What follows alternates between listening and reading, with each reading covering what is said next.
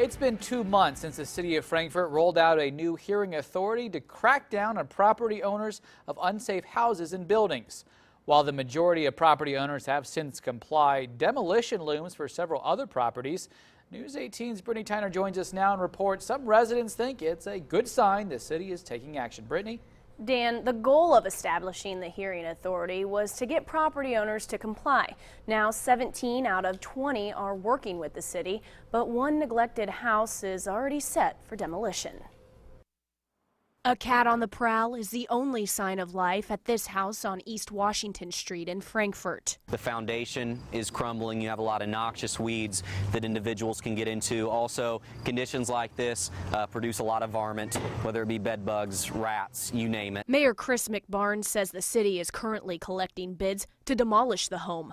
It's the result of action taken by the newly formed Hearing Authority Board to force negligent property owners to comply with the city's code for unsafe homes or buildings. They come before the Hearing Authority. We hear their side of the story. They can bring an attorney with them. We also hear from our building inspector, and at that time, we as a Hearing Authority decide whether we want to issue civil penalties that can go up to $5,000 or whether we want to order demolition. McBarnes says the city has sent out 20 letters to various property owners since the board was established in July.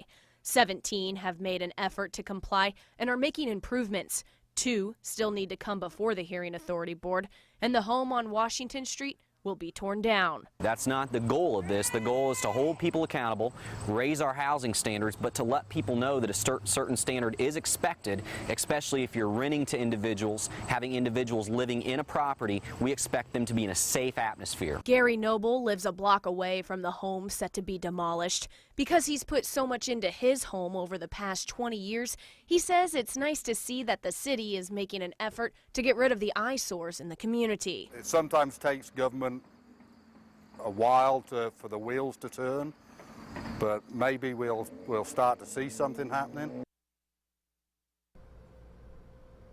Mayor Chris McBarnes says the Board of Works is set to choose a contractor for demolition on Monday. He says there is $75,000 budgeted this year to demolish unsafe properties.